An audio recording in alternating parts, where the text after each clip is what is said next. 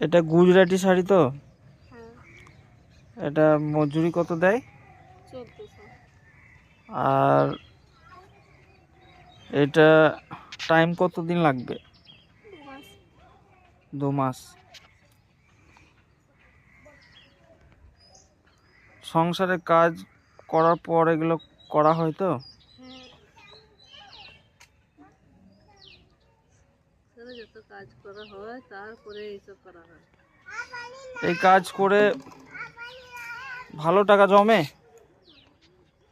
জমে। মোটামুটি? হুম।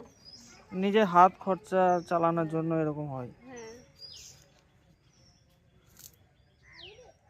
ভীষণ পরিশ্রম কাজ করতে, না।